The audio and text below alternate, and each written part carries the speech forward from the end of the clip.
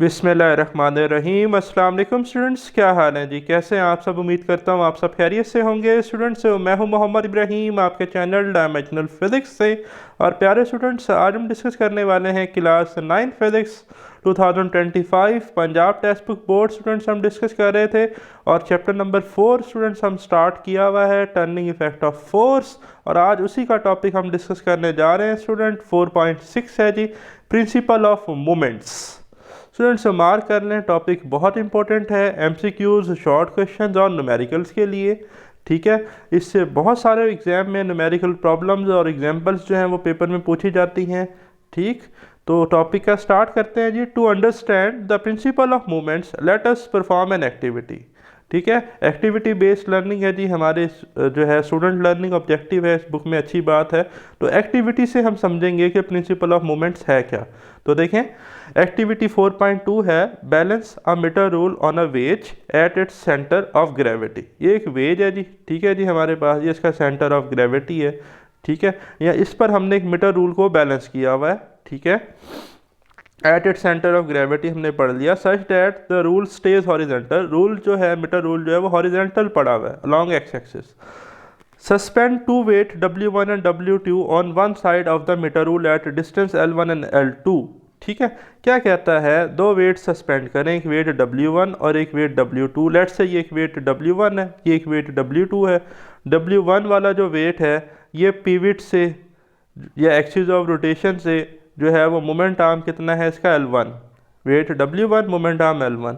और ये जो वेट W2 है इसका एक्सिस ऑफ रोटेशन से जो परपेंडिकुलर डिस्टेंस है जिसे हम मोमेंट आर्म कहते हैं वो L2 है। ठीक है, फिर आगे देखें, a third weight W3 on the other side. अब कहता है एक और तीसरा वेट है, ये देखें W3 जो दूसरे एंड पर है, other side, at distance L3 until the rule is again balanced. कहता है अब आपने इस वेट को इस तरह से प्लेस करना है और इतने फासले पर रखना है कि ये मीटर रूल जो है वो बैलेंस रहे, हॉरिजेंटल पड़ा हुआ था हॉरिजेंटल ही रहे, मूव ना करे। तो W3 जो वेट है इसका जो हमारे पास एक्सिस ऑफ रोटेशन से मोमेंट आर्म है वो है L3। अब तक जो हमने टॉर्क्स पढ़े या टॉर्क ड्यू टू कपल पढ़ा वो हमने या तो एक सिंगल फोर्स की वजह से पढ़ा या कपल में देखा स्पेशल टाइप ऑफ टॉर्क था तो दो फोर्सेस से पढ़ा। बट यहाँ पर अगर हम देखें तो तीन तरह की फोर्सेस लग रही है और तीनों वेट की शक्ल में है। पहले तो ज़रा बात आपने अंडरस्टैंड करनी है, ये वेट है डाउनवर्ड। ठीक है, और ये वेट भी कहाँ है, डाउनवर्ड। ये वेट ये चाहेगा W1 और W2 कि रॉड जो है वो एंटी क्लॉकवाइज मूव करे। रॉड कहाँ मूव करे, कहेगा ना डाउनवर्ड, नीचे की तरफ मूव करे।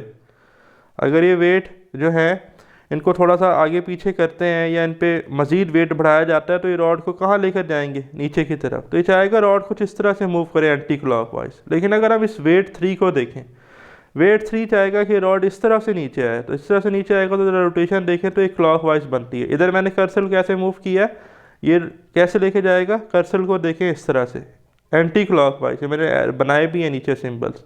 लेकिन ये जो हमारे पास वेट है ये इस रॉड को क्या चाहेगा कि किस तरह से मूव करे भाई, इधर नीचे की तरह। इधर नीचे की मतलब कि कर्सर को देखें क्लॉकवाइज, जैसा कि इधर मैंने ड्रा भी किया है। तो ये दोनों हमारे पास जो टॉर्क हैं ये एंटी क्लॉकवाइज बनेंगे, W1 और W2। वेट भी एक्चुअली फोर्स ही है ना, ग्रेविटेशनल पुल ऑफ अर्थ। तो यहाँ पर वेट फोर्स की वजह से टॉर्क बन रहे हैं। ठीक है, तो W1 और W2 का हमारे पास याद रखिएगा कि टॉर्क क्या बनेगा, एंटी क्लॉकवाइज, और W3 का क्या बनेगा, क्लॉकवाइज। अब सुने प्रिंसिपल ऑफ मूवमेंट कहता क्या है। प्रिंसिपल ऑफ मूवमेंट ये कहता है कि जो आपके पास सम है, ठीक है, क्लॉकवाइज मोमेंट्स का या क्लॉकवाइज टॉर्क का, वो बराबर होगा sum of anti clockwise moment के या एंटी क्लॉकवाइज टॉर्क के।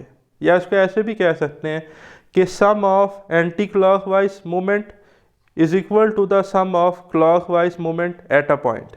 ठीक है, तो नीचे देखें अब, the weight W1 and W2 tend to rotate the rod anti clockwise. मैंने भाई यही आपको समझाया अभी कि W1 और W2 कहाँ जाएंगे, क्या चाहेंगे कि ये रॉड किस तरह से मूव करे, इस तरह से एंटी क्लॉकवाइज। ठीक है, तो इनकी वजह से टॉर्क क्या होना चाहिए, पॉजिटिव होना चाहिए। ठीक, about centre of gravity and the weight W3 tends to rotate clockwise. और ये क्या जाएगा कि जो ये हमारे पास मीटर रूल है किस तरह से रोटेट करे, क्लॉकवाइज रोटेट करे, ठीक है। The value of moment of the weights are, अब ये जो इसके torques calculate, moment of force को हम टॉर्क कहते थे ना, टॉर्क क्या होता था, F cross L, F multiply by L. तो यहाँ देखें पहले के लिए क्या बनेगा, W1, इसका मोमेंट आर्म क्या था L1, तो बनेगा W1 क्रॉस L1। दूसरे के लिए क्या बनेगा, W2 मल्टीप्लाई बाय इसका moment arm L2, W2 cross L2। And W3 का क्या बनेगा, W3 और इसका मोमेंट आर्म था L3, तो W3 multiply by L3। When the meter rule is balanced, अब जब मीटर रूल बैलेंस्ड होगा तो प्रिंसिपल ऑफ मोमेंट्स क्या कहता है, total anti clockwise moments must be equal to the total clockwise moment. तो एंटी क्लॉकवाइज मोमेंट कौन सी थी भाई, ये दो एंटी क्लॉकवाइज थे, ये आप रोटेशन से इनके सिंबल से भी देख रहे हैं। तो आप लिख लेंगे W1 cross L1 plus W2 cross L2 is equal to total clockwise moment, clockwise तो W3 है सिर्फ, तो इसकी मोमेंट कितनी थी, W3 क्रॉस L3, तो W3 क्रॉस L3, यही बच्चे कहलाता है प्रिंसिपल ऑफ मोमेंट्स, ठीक है। This is known as principle of moment which is stated as, अब इसकी प्रॉपर डेफिनेशन पढ़ लेते हैं। When a body is balance position, जब बॉडी बैलेंस पोजीशन में है, the sum of clockwise movement about any point, ठीक है। जब कोई बॉडी बैलेंस पोजीशन में है तो जो उसकी क्लॉकवाइज मूवमेंट का सम है किसी भी पॉइंट पर, वो बराबर होगा sum of anti clockwise movement about that point, ठीक है। वो उसके जो है वो sum of anti clockwise movement, यानी कि एंटी क्लॉकवाइज मूवमेंट के सम के बराबर होगा उसी पॉइंट पर, ठीक है। तो ये नोट कर लेंगे, पेपर में शॉर्ट आ सकता है। अब इसकी एक एग्जांपल आपकी जो है ना बुक में डिस्कस की गई है, जो कि बहुत इंपॉर्टेंट है, लॉन्ग में लाजमी आएगी ये पेपर में, इसको आपने अच्छे से प्रिपेयर करना है, ठीक है। तो एग्जाम्पल को डिस्कस कर लेते हैं जी। एग्जाम्पल 4.4 है, a meter stick is pinned at one end O on a table, ठीक है। एक हमारे पास मीटर स्टिक है और उसको हमने पेंट किया है किसके ऊपर, one end of a table, so that it can rotate freely, इस तरह से पेंट किया है कि वो एक एंड से फ्रीली रोटेट कर सकती है। जैसा कि मान लें यहाँ पर एक टेबल रखी हुई है और इस टेबल के साथ इस O पॉइंट को हमने इस तरह से पेंट किया है कि ये जो हमारे पास मीटर स्टिक है ये freely up and down easily rotate या मूव कर सकती है, ठीक है। One force of magnitude 18 newton is applied perpendicular to the length of the stick at free end, कहता है इसका जो फ्री एंड है, अब ये तो हमने जो है टेबल के साथ कनेक्ट किया हुआ है लेकिन ये फ्री एंड है, कहता है इस फ्री एंड के ऊपर हमने एक 18 न्यूटन की फोर्स लगाई है जो कि परपेंडिकुलर है। अब आप यहाँ से देख लें, इस मीटर स्टिक के साथ ये 90 का एंगल बना रही है और ये एफ प्राइम फोर्स है जो कि 18 न्यूटन है, एफ प्राइम, ठीक, कितनी है, एफ प्राइम, ये आपने बात याद रखनी है। फिर देखें कि another force of magnitude 60 newton, एक और फोर्स है जिसका मैग्नीट्यूड क्या है 60 newton, is acting at an angle of 30 degree with the stick as shown in figure 4.13। क्या कहता है, एक और फोर्स है जिसका मैग्नीट्यूड 60 न्यूटन है जो कि 30 डिग्री के एंगल से लग रही है स्टिक के साथ, और उसको आपको इस डायग्राम में दिखा रहा है वो कि फिगर 4.13a में, तो ये डायग्राम भी पेपर में गिवन होगी। अब कहाँ है वो फोर्स, भाई ये है वो फोर्स, ये जो आप देख रहे हैं 60 न्यूटन की फोर्स है और स्टिक के साथ या लॉन्ग एक्स एक्सिस कितना एंगल बना रही है, 30 डिग्री बना रही है, सही। और हमें नहीं पता कि ये कितने फासले पर है इससे, ठीक है। At what distance from the end of stick that is pinned should the second force act such that the stick does not rotate. वो कहता है बताएं ये जो फोर्स है 60 न्यूटन की, इसको कितने डिस्टेंस पे लगाएं 30 डिग्री एंगल के साथ कि ये जो स्टिक है मीटर स्टिक ये बैलेंस रहे, ये रोटेट ना करे, डज नॉट रोटेट उसने लिखा है, मीन कि हमने ये फासला बताना है कि ये जो 60 न्यूटन की फोर्स है ये कितने फासले से लग रही है। लेकिन देखें डायग्राम में कौन इन्फॉर्मेशन गिवन है कि ये जो एफ प्राइम था फोर्स ऑफ 18 न्यूटन, यहाँ पर जो है वो मीटर स्टिक की लेंथ दी गई है, कितनी है 1 मीटर की, 1 मीटर स्टिक जो है उसकी लेंथ है। अब मीटर स्टिक उसने लिखा है ना, तो स्टिक की लेंथ कितनी है 1 मीटर है, ठीक है 1 मीटर, ये नोट कर लें। तो यहाँ पर फोर्स कितनी लग रही है हमारे पास 18 न्यूटन, और ये O पॉइंट अब आपने याद रखना है हमारा एक्सिस ऑफ रोटेशन है। क्या है स्टूडेंट्स, एक्सिस ऑफ रोटेशन। तो एक्सिस ऑफ रोटेशन से line of action of force तक का फासला कहलाता है मोमेंट आर्म। तो F प्राइम का मोमेंट आर्म L प्राइम है या D प्राइम आप इसे कह लें, ये मैंने नीचे मेंशन किया है, इस डायग्राम को देख लें, दोनों एक ही डायग्राम है कि ये जो F प्राइम है 18 न्यूटन की और इसका जो मोमेंट आर्म है वो D प्राइम है जो कि 1 मीटर है। अब सवाल ये पैदा होता है, अभी तक जो हमने प्रिंसिपल ऑफ मोमेंट्स पढ़ा है वहाँ पर हमने जो वेट्स लिए या फोर्सेस ली, वो मोमेंट आर्म तब बनता है। मोमेंट आर्म की डेफिनेशन नहीं है कि perpendicular distance from the line of action of force from the axis of rotation, but ये तो परपेंडिकुलर नहीं लग रही फोर्स, तो हमें इस फोर्स को रिजॉल्व करना पड़ेगा इसके कंपोनेंट्स में। तो अभी हमने पढ़ा है कि रेजोल्यूशन ऑफ फोर्सेस में, इससे प्रीवियस वीडियो लेक्चर में लिंक्स आपको प्लेलिस्ट में मिल जाएंगे लेक्चर्स के, कि जब हम फोर्सेस को रिजॉल्व करते हैं तो दो कंपोनेंट्स बनते हैं, एक along X axis horizontal component of force, ठीक है, शैडो इसका एक्स एक्सिस की तरफ, और एक इसका कंपोनेंट बनता है अलॉन्ग वाई एक्सिस, इधर ड्रा कर लें या पैरेलल है तो इधर ड्रा कर लें, ठीक है, एक ही बात है। यहाँ पे भी ड्रा कर लें तो हेड टू टेल रूल पूरा हो जाएगा, इधर ड्रा कर लें तो भी एक ही बात है। तो ये फोर्स इधर लग रही है तो आप इधर भी ड्रा कर सकते हैं कंपोनेंट। तो ये देखिए यहाँ पर horizontal component along X axis और vertical component along Y axis है।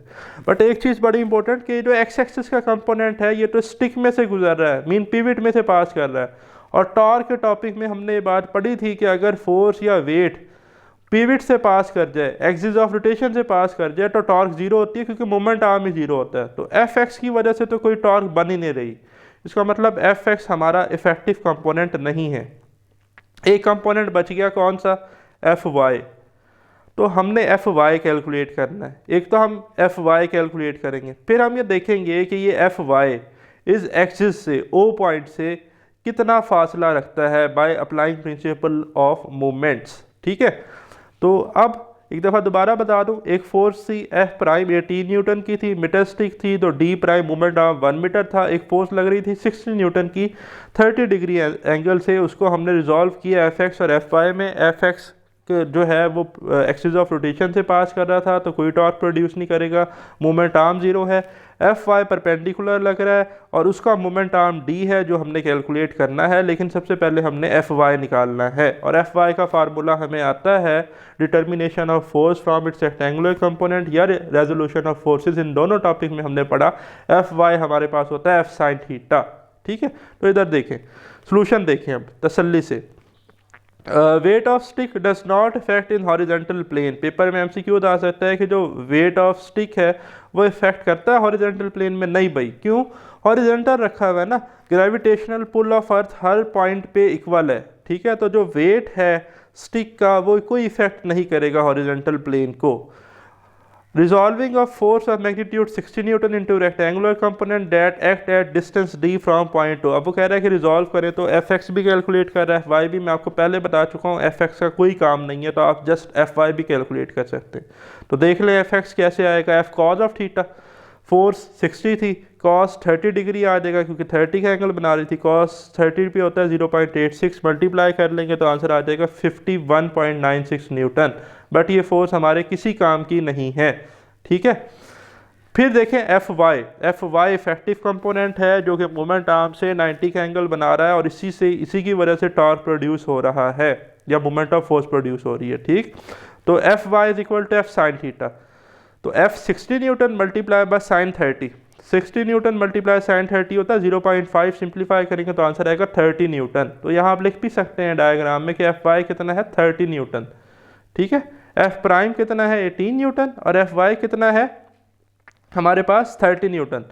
तो स्टूडेंट्स इधर देखें कि ये जो एफ प्राइम है 18 न्यूटन का, ये चाहेगा कि ये स्टिक क्लॉकवाइज रोटेशन परफॉर्म करे, ठीक है, डाउनवर्ड मूव करे। जबकि ये जो एफ वाई है ये फोर्स ये चाहेगी कि ये जो मिडल स्टिक है, ठीक है, ये जो है वो एंटी क्लॉकवाइज रोटेशन परफॉर्म करे। तो एफ वाई की वजह से टॉर्क पॉजिटिव होगा और एफ प्राइम की वजह से टॉर्क नेगेटिव होगा। ये पेपर में एमसीक्यूज आ सकते हैं, ठीक है। बट हमने तो ये देखना है कि एंटी क्लॉकवाइज टॉर्क और क्लॉकवाइज टॉर्क बराबर होंगे एट अ पॉइंट पे। तो ये हमारा क्लॉकवाइज टॉर्क बनेगा और ये हमारा एंटी क्लॉकवाइज टॉर्क बनेगा। तो दोनों के टॉर्क को हमने बराबर पुट कर लेना है। तो देखें, as the component F X pass through the axis of rotation so torque is zero. ये बात मैंने शुरू में की थी कि एफ एक्स जो है वो एक्सिस ऑफ रोटेशन से पास कर रहा है, मोमेंट आर्म जीरो है, तो एफ एक्स का टॉर्क जीरो होगा। एफ एक्स वाले कंपोनेंट को नलीफाई कर दें। Torque tau 1 of 30 newton. अच्छा, ये जो फोर्स थी हमारे पास 30 न्यूटन वाली, इसके टॉर्क को हम क्या कह रहे हैं, टॉर्क 1, ठीक है। 30 न्यूटन इज पॉजिटिव। ये मैंने कहा है ना कि ये पॉजिटिव क्यों है भाई, क्योंकि ये एंटी क्लॉकवाइज रोटेशन में, ठीक है।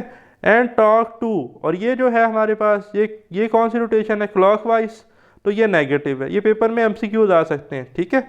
The stick will not rotate when these two torque balance each other. अब बैलेंस कब करेंगे, बाय प्रिंसिपल ऑफ मोमेंट, के torque 1 is equal to torque 2, यानी कि वाई वाली फोर्स का और एफ प्राइम वाली फोर्स का जो टॉर्क है, टॉर्क क्या होता है कि सिंपली अब आप देखें टॉर्क 1 है ना, तो एफ वाई को इसके मोमेंट आर्म से डी से मल्टीप्लाई कर दें तो आ जाएगा F Y multiply by D is equal to, अब टॉर्क 2 है जो कि 18 न्यूटन का था, तो एफ प्राइम को मल्टीप्लाई कर दें डी प्राइम से तो आ जाएगा F prime multiply D prime. अब ये फार्मूला है कि एक्चुअली ये भाई यही फार्मूला है कि total anti clockwise movement is equal to total clockwise movement, और ये प्रिंसिपल ऑफ मूवमेंट है, ये हमने अप्लाई किया। अब जस्ट वैल्यूज पुट करनी है, एफ वाई कितना था 30 newton multiply by D as it is आ गया, एफ प्राइम कितना था 18 न्यूटन आ गया, multiply by D meter stick थी 1 मीटर की 1 आ गया, 18 मल्टीप्लाई बाय 1 आंसर 1 ही आएगा।